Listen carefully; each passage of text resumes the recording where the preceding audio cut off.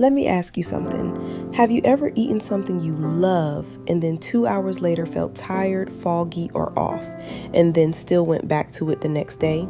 That's not just about food. That's about familiarity. Hey guys, welcome back.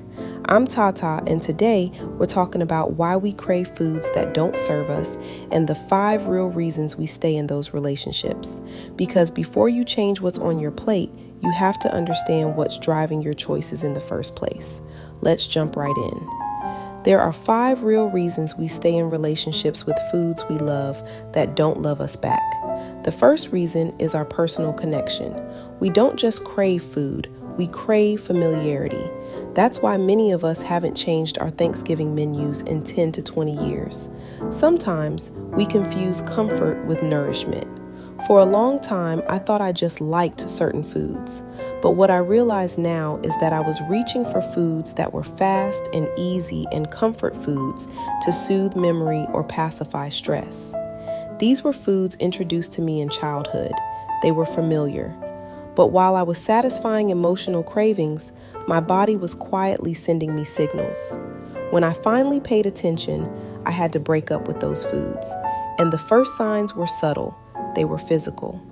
If you're curious about the personal signals my body was sending me, let me know in the comments. I'll share that next. Anyway, our brains love what they recognize.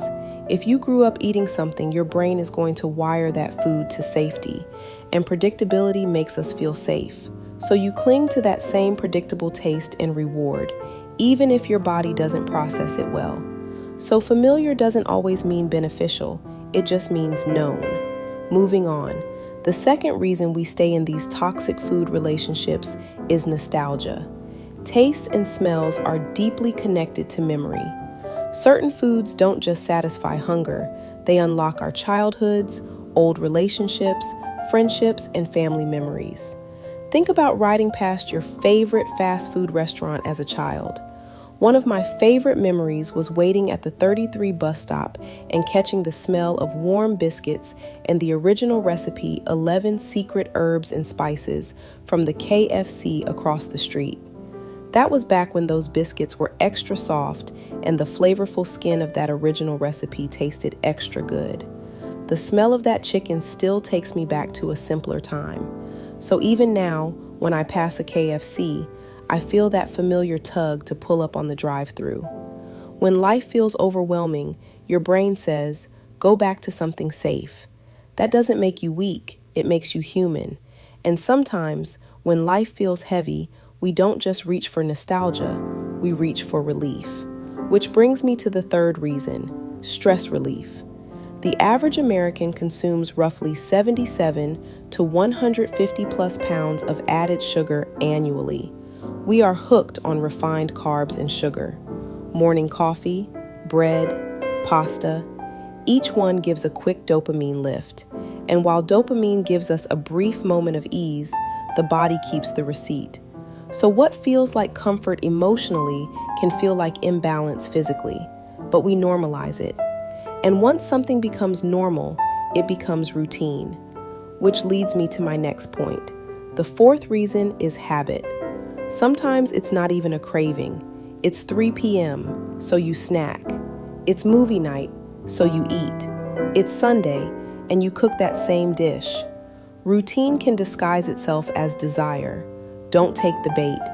And sometimes it's not just habit driving the pattern, it's what we were taught.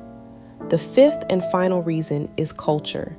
We were taught to celebrate our highs and pacify our lows with food. It starts even before our first birthday. Think about it. A baby turns 1. They don't know what sugar is. They don't know what dessert means. Yet we sit them in a high chair, put a candle in a cake, hand them ice cream, and cheer while they smash it into their face. We call it celebration, but we're teaching them food equals joy, reward, comfort, and love. Before they can even speak, we've already wired the association. So by adulthood, celebrating with food doesn't feel optional, it feels normal. Food is community, celebration, and identity. So questioning a food can feel like questioning belonging. That's deeper than nutrition. That's emotional wiring. And when you start looking at it through that lens, you get more intentional about your choices. Here's what I've learned. Sometimes the craving is emotional, but the response is physical. And if you ignore the physical long enough, you start calling dysfunction normal. The crash becomes routine. Your sluggishness becomes typical. The brain fog becomes normal. But normal isn't always optimal. Listen, food is one of my life's greatest pleasures. And if you made it to this point, it's probably one of yours too. So I'm not here to tell you what to stop eating. I'm here to say, pay attention. Notice patterns. Notice energy. Notice elimination. Notice how you feel a couple to few hours later. Because when you start paying attention, your body will tell you the truth. And truth, when received calmly, is power.